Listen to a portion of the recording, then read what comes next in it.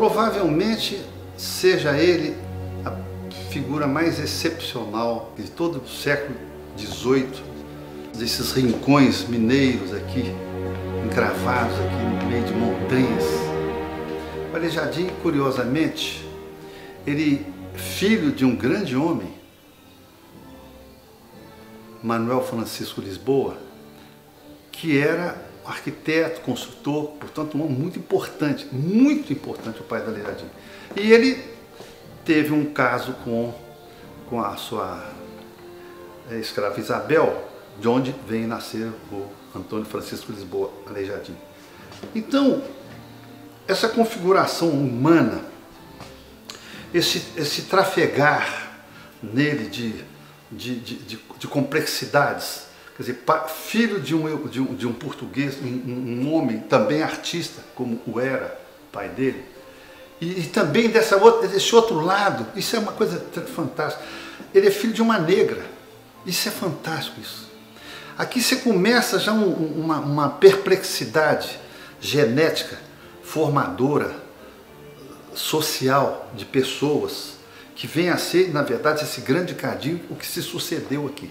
Então, Aleijadinho, por muitos sentidos, e muito por essas características de seu pai e da sua mãe, vem a ser um homem mágico.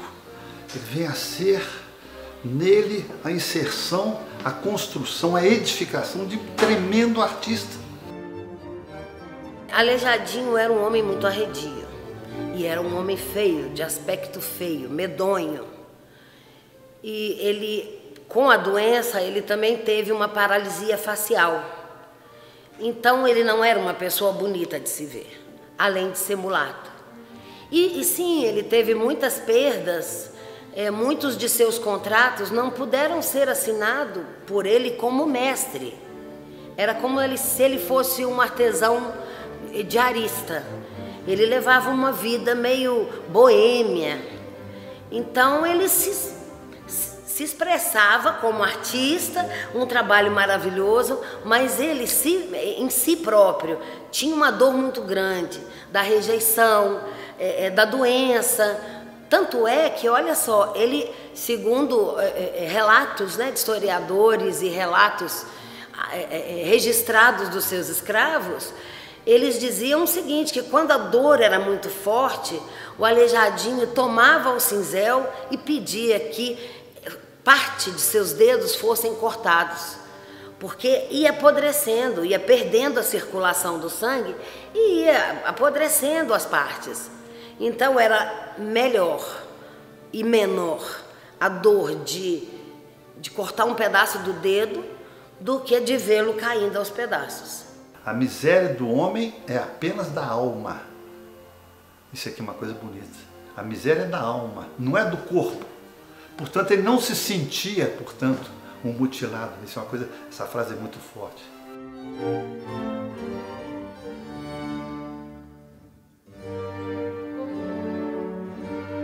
A sua aptidão artística era a escultura.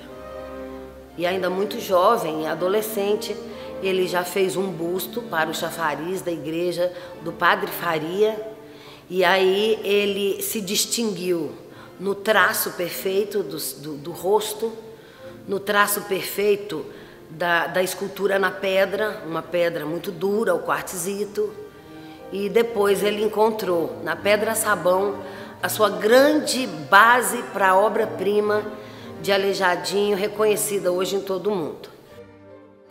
La sensación de restauración empieza por el conocimiento de la estructura interna, que no todo el mundo tiene acceso a la estructura de una obra de arte, y menos ainda de una obra tan importante o obras tan importantes como las del mestre Aleijadinho, porque uno ve la obra por fuera, es bonita, pero adentro él está denota cuando ve la obra de Aleijadinho el profundo conocimiento de la madera, de las formas, del soporte, de la resistencia de la madera, porque él consiguió con la madera hacer un objeto duro y cuadrado, hacer un objeto con movimiento. La obra de él tiene vida, tiene expresión.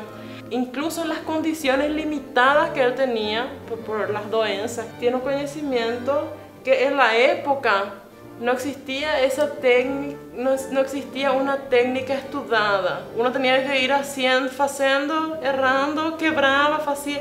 Entonces, en muchos casos, él pegaba y hacía una obra y quebraba una parte, él tenía que rehacer, y eso se va notando por los diferentes tipos de madera que él usó, por los diferentes tipos de trazo. Incluso se nota, hay estudios ya que ven cuál esclavo de él, y porque muchas veces los esclavos iniciaban la obra, él finalizaba, y ya se va notando a medida que hay más estudios, y se va conhecendo por dentro a obra, porque las obras estão estragando por ação do tempo.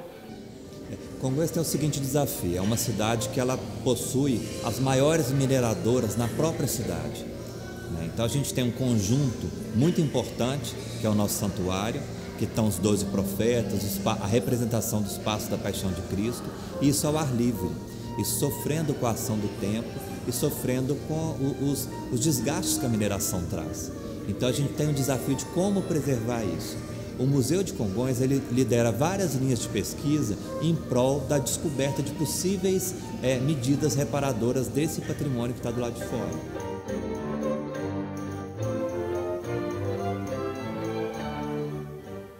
A característica da obra do Aleijadinho está expressa no olhar, nos olhos amendoados, nos lábios negros, né? Nos lábios carnudos, no trabalho de movimento das mãos, né? É uma dança. Se você observa uma obra do Aleijadinho e fica com o olhar fixo, é como se ela estivesse movimentando, é como se ela estivesse dançando. E é esse movimento, essa perfeição, essa expressão no rosto de cada obra que faz com que Aleijadinho seja considerado o maior escultor brasileiro. E curiosamente, olha, eu nunca pensei nisso, mas provavelmente o Aleijadinho seja até provavelmente um grande símbolo de uma primeira transformação, de um primeiro reconhecimento de um homem negro, um mulato, que passa a ser reconhecido na sociedade. Muito curiosamente, nunca pensei nisso, provavelmente seja um primeiro momento de que a sociedade reconhece que não é pela cor que você vai ser isso ou aquilo, ou vai ser impedido. Não, ao contrário, você tem talento. E acontecia isso também com os músicos, os compositores barrocos, né? Que eram todos mulatos também, né? Uma coisa fantástica isso. Isso é maravilhoso. A arte ninguém sabe de onde vem, você está vendo só? A grande arte feita aqui foi pelos negros, os mulatos. Isso é maravilhoso. Congonhas ela acontece há 200 anos quando vem para cá os portugueses, e um deles, o Feliciano Mendes, adquire uma enfermidade até então incurável, uma espécie de uma tuberculose. Qual foi a história na época? Ele fez uma promessa, um voto a Bom Jesus de Matosinhos, que é uma devoção que tem no norte de Portugal, que se ele curasse ele ia fundar uma devoção semelhante aqui. Então ele cura, chama o Aleijadinho e constrói todo esse santuário que é considerado patrimônio cultural mundial.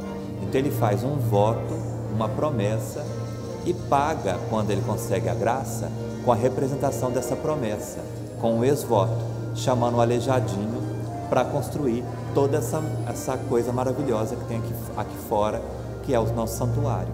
Então o Aleijadinho, ele faz aqui em Congonhas o apogeu de sua criação. Ele é um artista de Ouro Preto, mas em Congonhas que ele personifica, que ele cria, que ele materializa a sua obra-prima. Bom, entrar num templo sagrado já demanda um grande respeito.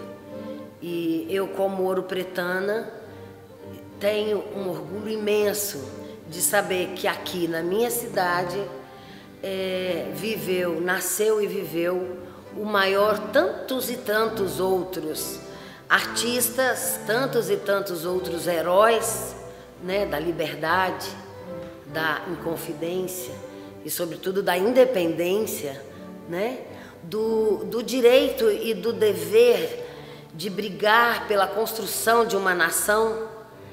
E além de tudo isso, você entra dentro de uma igreja dessas, como a Igreja São Francisco de Assis, e se apropria do espaço como cidadã ouro-pretana, porque acima de qualquer coisa nós somos os guardiões desse patrimônio, e te vem aquela emoção enorme de poder sentir e de poder ver e saber que você, enquanto guardião, guarda uma das maiores preciosidades do mundo, que é a obra do Aleijadinho, junto à pintura do Manuel da Costa Taide.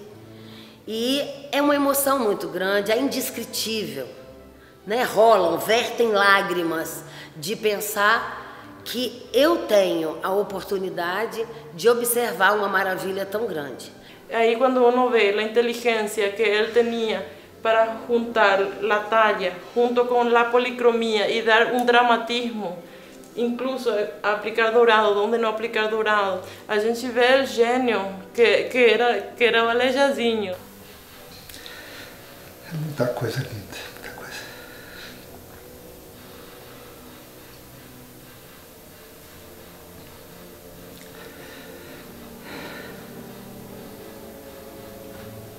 É isso aí. Esse é o país nosso, nossa América, nossos povos formadores, muita gente, muita coisa por trás de tudo isso, né? Muita coisa, muitos sonhos, muita luta, muita luta, muita luta. Tem muita beleza, né? Muita beleza humana. É muita beleza desse país, né?